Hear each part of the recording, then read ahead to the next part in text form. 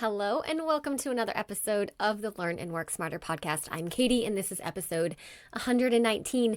Today I'm going to share my top 10 tools for productivity and organization that I personally use. These are 10 tools that I use almost every single day, and I thought it would make a really cool episode just to share them here with you. Now, there is not a single tool in my list today that is fancy or expensive, because if you know anything about how I operate in my own life, in my business, and in the strategies I teach, I keep it simple. And I think that the more complicated the tools we use, oftentimes the more we distract ourselves from the work that we should be doing.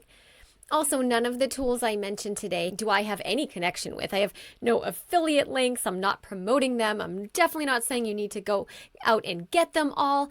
I'm just giving you a peek behind the curtain about some of the things that are on my desk and on my computer that help me run a successful business and a busy family. And to be honest, most of these tools are actually things that I also used when I was a student getting my master's degree too. So I think that today's episode should be relevant for students and professionals. If you're watching this on YouTube, I would love to hear what some of your own favorite tools are. Well, actually, even if you're listening to this on a podcast app, I want to know what they are. But if you're watching on YouTube, just let me know in the comments what you're using, because I think that we all have a lot to share here, even though I am the one behind the mic. And then if you are watching this on YouTube, don't forget to subscribe to the show. If you're listening in a podcast app, don't forget to follow the show if you haven't done so already.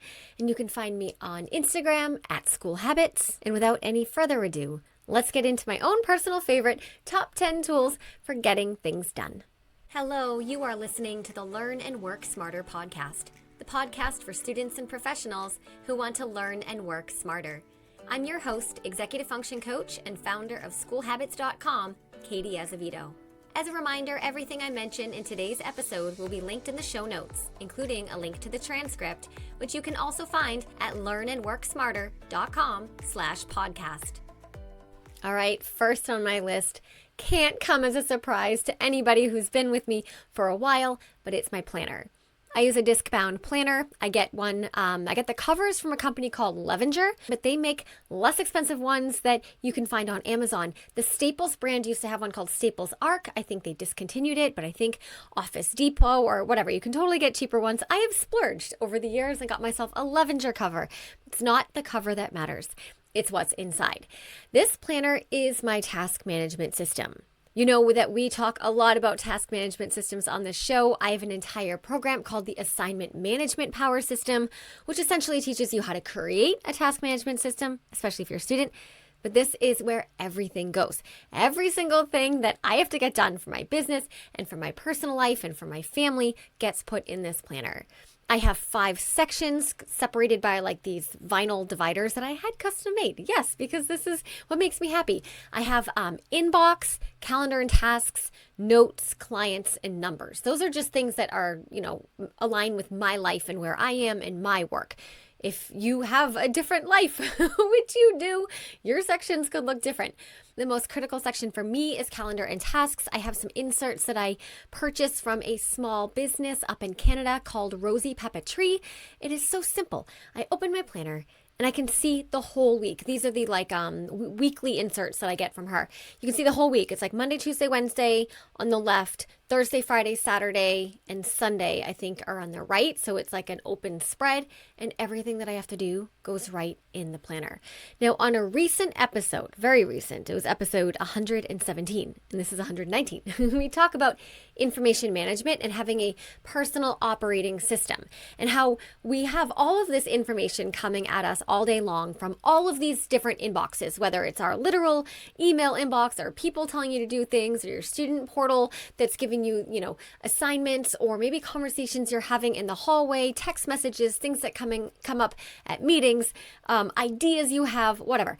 And the key to task management, whether you're a student or professional, is to collect all of this information, all of these tasks from our various inboxes and put them in one place. And I personally think that an analog planner for most people is the easiest and simplest way to go. Even if you're super techie and digital, like I actually have some legitimately solid digital skills considering half of my business is digitally based, but task management, I'm convinced for most people, is better off analog. I would have no idea what I would do without my planner. So that is number 1. Okay, productivity tool number 2 that I swear by. This one can't be a surprise either, but it is a notebook. I already mentioned a second ago that I use a disc-bound system for my planner. A disc-bound system, if you're unfamiliar with it, you can Google it, but it's basically a series of little circular discs, and the paper sort of pops into those discs. But you can easily peel off the paper, reposition the paper, move it to another disc-bound system, move it to another part in your planner. It is not like a 3-ring binder where you have to sort of like pop open the sides and, the rings open. It's not like that at all. There's no holes in the paper. It's more like these little, I'd say, cutouts in the paper that just slip onto the disc. Anyways, I have disc-bound notebooks in all the key places that I need them. The first one is on my night table, because we all know that the moment we're about to go to bed is the exact moment that all of our unmanaged thoughts from the day reappear or appear for the first time. So I have one on my night table where when these thoughts arise right before bed, I can just download them and I can go to sleep. In the morning, I tear that piece of paper out of my nightstand notebook and I bring it downstairs to my home office where I deal with it. If they are tasks, they go into my task management system. If they're full out ideas and more like, developed notes on things, then I pop them into my notes section of my planner. I also have one of these notebooks at my office, which is outside of my home, like where I run my private practice and I see coaching clients. So during the day, if something pops up where I'm taking notes on something there, at the end of the night, I will remove that piece of paper easily because it's, a disc-bound planner over there too. And I put it into my planner, of course, that I bring with me to the office, and I bring that planner home. Like I said, the planner or the task management system should always be one source of truth. So I don't move these notebooks from where I intentionally set them. The nighttime or nightstand notebook stays there. The office notebook outside of my home, that stays there. I actually do have one on my home office desk as well. And I have a mini one in the glove box of my car. Yes, I do. Okay, so my productivity tool number 3 that I don't think I could go a single day without is Google Calendar. I use Google Calendar for work, for personal stuff, for family things. My family recently, maybe like 6 months ago, got the skylight calendar that we now have on our kitchen counter so my kids can see what's coming up for the week. They also have access to their own Google calendars. I have teenagers, right? So they should be in charge of their own calendars, at least the way that I operate my family. And when they add events to their Google calendars, it shows up not only on the family Google calendar, but also right there on the skylight. So if they're getting their breakfast in the morning, my daughter is making her decaf coffee in the morning, she has no excuse to not know what is coming up that week. All right. And that to me helps me be more productive because I'm not the family management person. I mean, I am, but I don't have to act like it all of the time. Calendars are different from task management systems. Remember, task management systems are what we're doing in kind of when we're doing it. Like if you're going to write down on Tuesday's section that you're going to work on, these things, that's when you're doing it, right? But I use my Google Calendar for places that I need to be or deadline-based things. So appointments, all the soccer games and baseball games and track meets and scout meetings and haircuts and orthodontist appointments, all of the family stuff. For business, I don't put individual client sessions in there because I block off just on my Google Calendar, just a full 8 hours on my Google Calendar to represent the time that I am out of my house, in my office, working one-to-one with private clients. There are back-to-back sessions for 8 hours. And then the specific client schedule goes in the calendar in my analog planner. There was a point for a long time where I actually was the only person in my family using any calendar whatsoever. And I realized, again, not that long ago, how absurd and burdensome that was. I'm not the family secretary. That's not my job. I've never signed up for it. And I have very strong feelings about that. And so now my kids both have Google Calendar. My husband's using it more. And ask anybody in my family, if they say, what time is this thing? Or when do we have that?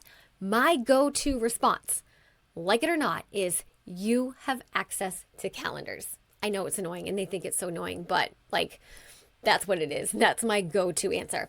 As I was saying earlier, I have all of my calendars in Google Calendar. So that does mean that I have created distinct calendars for work and for personal because there's some things that I'm doing in the day that I don't need to show up on the family skylight calendar on the kitchen counter. So I can toggle things off and on. I put people's birthdays in there, but when I'm in ultra productivity mode, I am going to toggle off birthdays and Patriots game schedules and things that I don't need to see. I do have my business content calendar in there loosely, but I do use something else for my content calendar when I get really nitty gritty with it. I'm going to talk all about that next. But yeah, a digital calendar, and I also do have an analog calendar. This didn't make my list, but I also recently got a really awesome wall calendar. It's got it on Amazon, but you can see all the year. It's like a giant poster, and you can write on it, and you can see all 12 months at a time. And I put it on my wall, kind of like behind the door, so I can see it when my office door is closed. But when the office door is open, you can't really see it because the door covers it on the wall. I really like that. It's just kind of a new addition for this year. And I do have an analog calendar, as I was saying, in my paper planner, but the only thing I use that for is client sessions. Okay, moving on to the next productivity tool I use all the time. I've mentioned it probably a whole lot here on the show before, is Asana, Asana. I use the free version of Asana. There's a paid level. I have never felt the need for it. If you're curious, it's a really simple project management tool. So there's task management and there is project management. Okay, those are two totally different things. Tasks are the things that we have to do. They're like our to-do list items. They're usually pretty singular. Projects are larger in scope, usually larger in scale, and they're composed of discrete individual tasks. They're definitely more complicated. And whenever I have a big project to handle, let's say a YouTube video, there are so many tasks involved with that if I just wrote make YouTube video and put that on my to-do list in my planner, what does that even mean? That would never happen. That's actually what I see happen with students all of the time. They're going to look at the school portal and see the teacher added great Gatsby essay due, next Friday. That I've said this before and I'm going to say it again. Task management is not project management. And so that's why students need their own task management system to break down that Great Gatsby essay into the discrete components that are actually involved in completing it. Same thing with my YouTube video example. It's do the research for the topic, write the outline, schedule a day to go down to my recording studio, film it, edit, do the B-roll stuff, make the thumbnail, write the description box, do all the marketing for it. That is far more than just do YouTube video. And Asana is a really simple way for me to take these projects and let me see them all mapped out and what status they're in. That's the key to any task management or project management, is to see the status that they're in. So you could Google Asana tutorial just to see what it looks like, to see if it's something that you're interested in. Again, I have no affiliate link. I'm not saying you need to go out and do this or get this program or whatever, but it's the interface is cool. It's these little cards on the screen and you can drag and drop them and move them around to indicate your progress on them. Those tasks can easily be converted into a calendar so you can see what you're doing when. Earlier, I said that I use Google Calendar loosely for my content calendar, but in Asana, that's where I know exactly what Instagram post is going up and when, what YouTube video is going up and when, and again, all the individual tasks that have to be completed to make that YouTube thing happen. This podcast episode 119 that you're listening to right now, that was put in Asana probably maybe a good month ago, with all of the individual tasks of figuring out what topic I want to talk about, doing a general outline, doing my research for other episodes that I want to reference in this one. And then when I'm done recording, and then it'll be editing the audio, editing the video version of this, doing the thumbnail for YouTube, writing the description box, putting it up in my podcast software, uploading it to YouTube, all of the things. Yeah, a podcast is a lot of work. I hope you like it, guys. Anyways, most students do not need anything like Asana, but if you're a working professional, I think it could be something really cool. Like I said, I've used the free version forever and I've never felt the need to use anything else. Okay, number 5, I have one more kind of computer-based tool. So there was Google Calendar, Asana, and then I'm going to say Google Drive for this next one. Now, for some people, this might be Microsoft Drive, it might be OneDrive, it literally doesn't matter.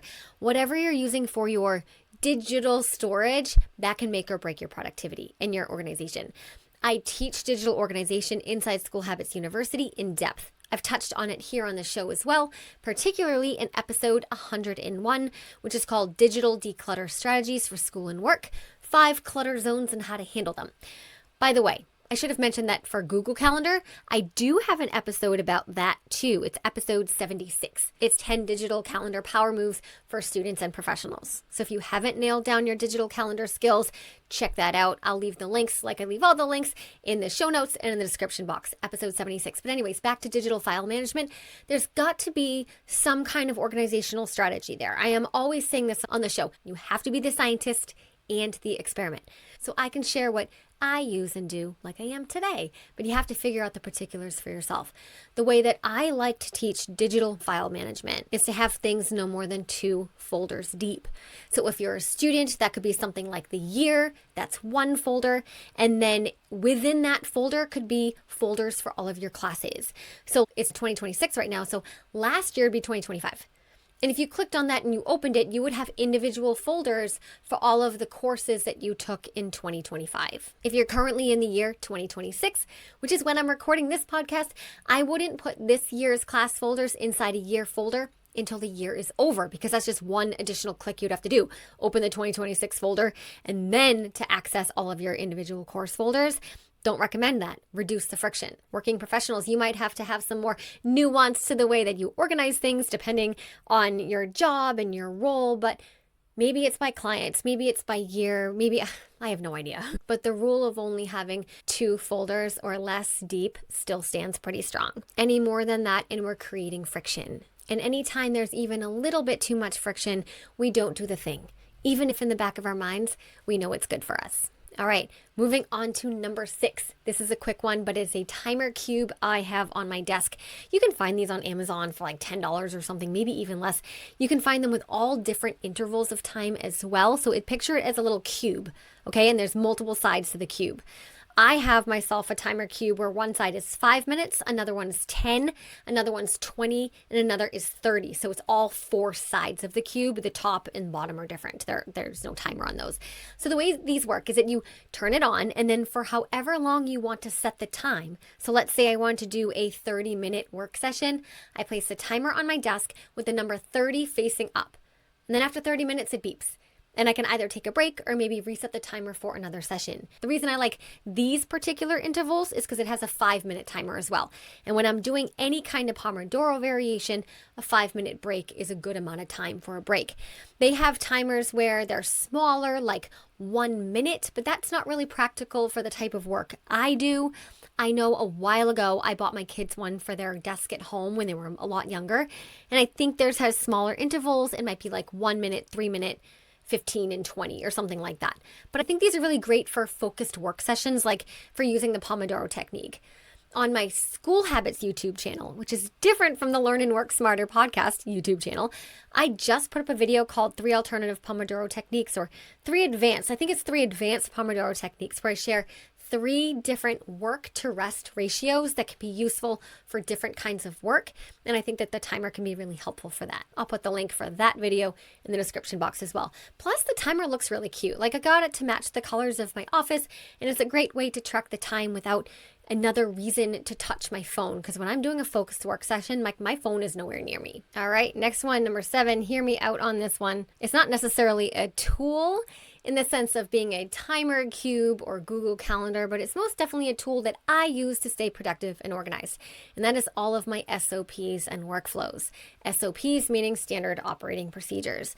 I have an entire episode dedicated to what these are and how to create them for yourself. That is episode 52. It is literally called SOPs and workflows, how to create and use them to increase productivity. So these are essential for how I run my business. I can't say that I have any for my private life or my family life or whatever, but I am a one-woman show. I literally do every single thing that you guys hear and see me put out, whether it's for the podcast or YouTube or my courses or Instagram or videos and the editing, my private practice. And I'm not bragging about that. It's definitely way too much. But the reason I'm telling you is that I have a lot of different hats.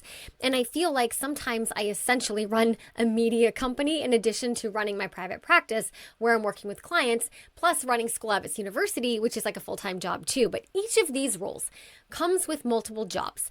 And sometimes there are jobs that are complicated and I might do them infrequently enough that every time I return to do that task, I kind of like forgot the process for it. So I've created myself some SOPs for all of those types of tasks. For example, I have an SOP, actually, this is kind of a funny one. It's not related to my job, but well, sort of, I don't know, whatever. I have an SOP for filing my estimated taxes.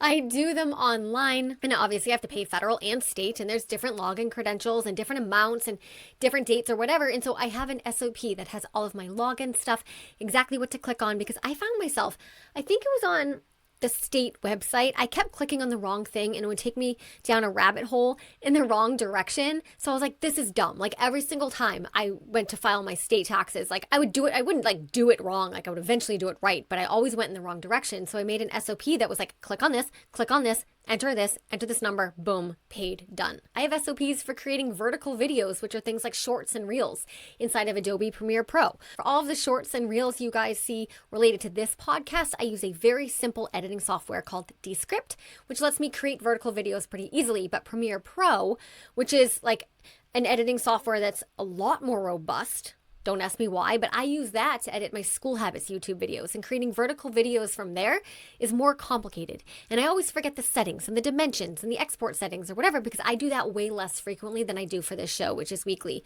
So I made an SOP for that. I have a folder in my Google Drive, yes, of course I do, called SOPs. And inside that, I probably have 20 SOPs. Some I haven't used in a while because I used the SOP so frequently that I got the process down pat and I didn't need to come back to it again. But I am also in the process of creating SOPs in case I ever hire somebody, that I don't have to reinvent the wheel. I can just give them access to the folder and be like, here, do the things the way that I want them done, right? So my question to you is, are there any processes in your life, whether you're a student or a professional, where you're doing them infrequently enough that you keep forgetting how to do it? Maybe for work, maybe for school, maybe for your own life. Could you create a simple document outlining the steps that you need to take to complete that task and store it in your Google Drive, which you organize?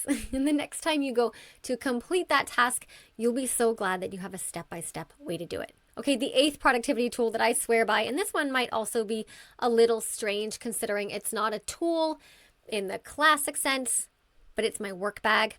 I work outside the home and I need a bag to bring things to and from, like most of us do.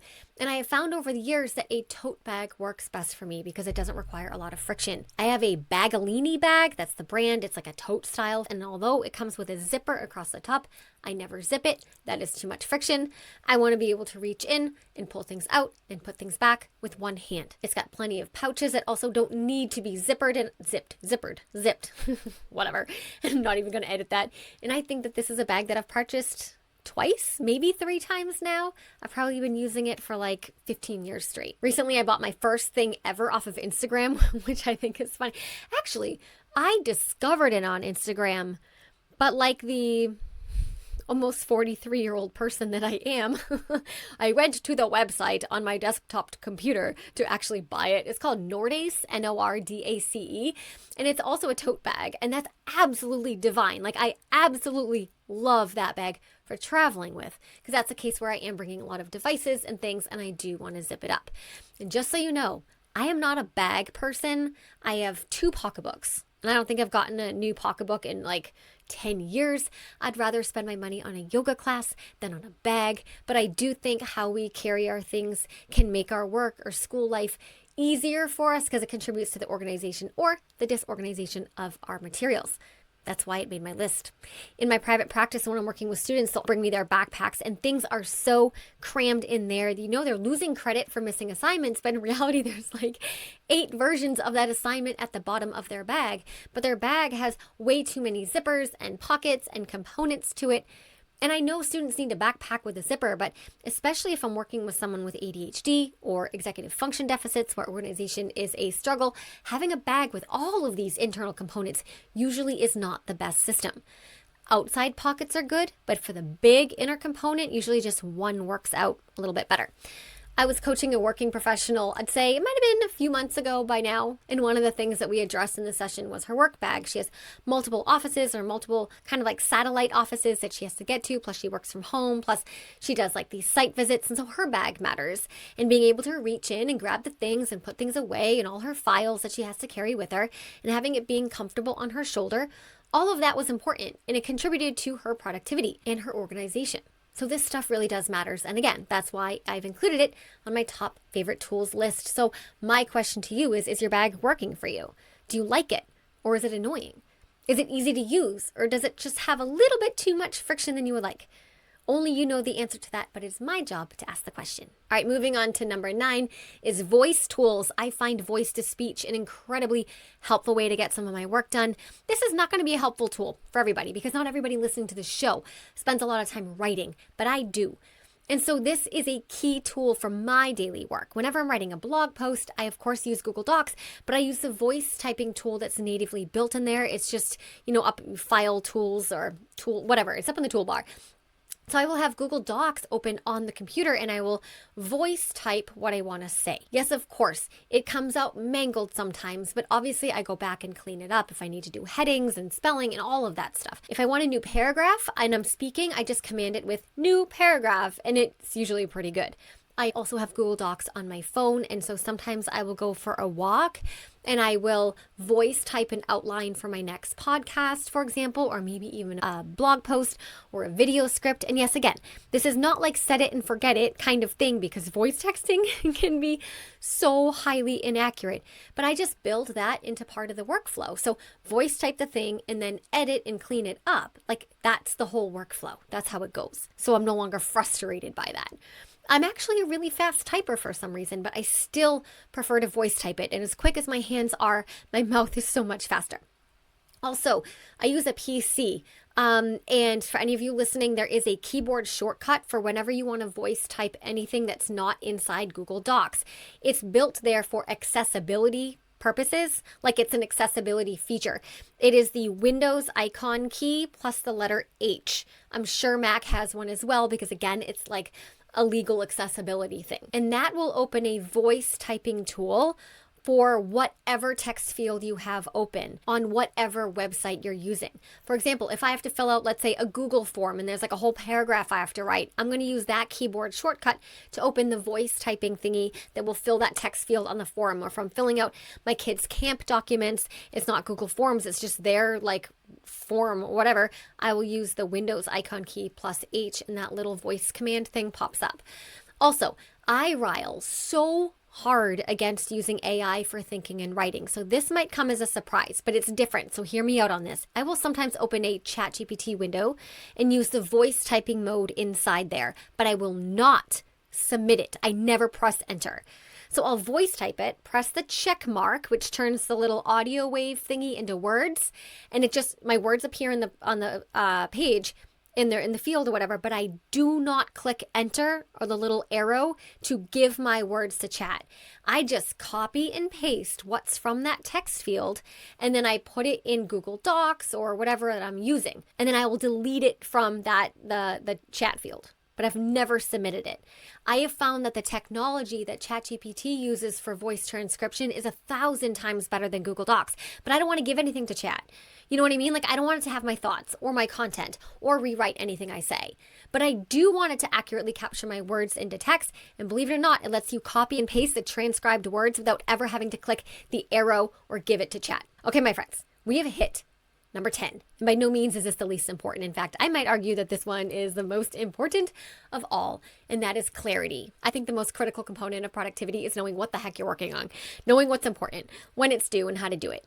Because you can have all of the fancy tools and gadgets and apps in the world, but if you don't know what the heck you're doing or how to do it, those tools are useless. Now, it is true that some tools give us clarity, right? Like Asana and my task management system in the form of my planner, right? Those things tell me what I'm doing each day. It gives me clarity, but that allows me to sit down and do the things. Because if you think about it, without clarity, what creeps in? Stress and procrastination. We might sit at our desk and feel the pressure and the burden of so many things that we have to do, and then we get overwhelmed. And then that overwhelm leads to paralysis and not doing anything at all. And that's certainly not what calm productivity is. But instead, if you know exactly what you're doing, when to do it, how to do it, all you have to do is sit down and do it. The drama is gone. The feelings are gone. It's just you and the work in front of you. So I know that some of you listening or watching might not consider Clarity a tool. It might actually be the result of having some of the tools we talked about today. But I like to make the point here that I'm tool agnostic, which means I don't think it matters what tools you use at all. What a closing statement for an episode where I'm like, my top favorite 10 tools. Tools don't matter at all. I mean, I say Google Calendar, but you could use Outlook or a wall calendar. That's fine. I use a paper planner, but you might use some digital thingamajig. Fine. I use a timer cube. You might use a timer on your phone. I don't recommend it. I want you off your phone, but you could use like timers on the computer. I use Asana. You might have absolutely no use for it, or you might use something like Monday or Notion. Fine. Again, the tool doesn't matter. The more important picture is, are you using some kind of way, some kind of system to track and manage the things that you need to do for work, for school, for yourself, for your life, for your family? And are those tools and systems and structures working for you? That's the ultimate question. That's the ultimate skill, actually, the ability to self-evaluate and say, is what I'm doing working? I have students tell me all the time that they don't need an assignment notebook because they're using their student portal. And then I say, okay, well, why don't we try this? And they say, no, like my student portal works. And then I make the point, with love and compassion, of course, that they've got 19 missing assignments. And then I ask the question, well, if your student portal was working, then we wouldn't be in this situation, right? So the reality is, it doesn't matter what tools you use. They could be so totally different than the ones that I use and the ones I just shared with you today, and that's fine, that's beautiful.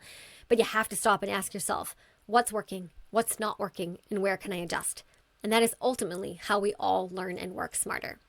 Okay, my friends, it might be helpful to do a quick recap of the tools we talked about today in no particular order of importance, but in the order that I shared them with you.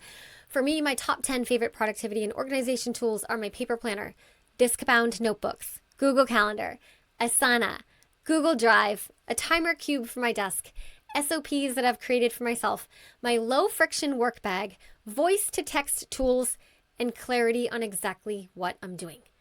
And that brings us to the end of the show today. Don't forget to leave your own tool recommendations, if you have any, in the comments if you're watching this on YouTube. Come and find me on Instagram at School Habits. Keep showing up, keep doing the hard work, keep asking the hard questions, and never stop learning.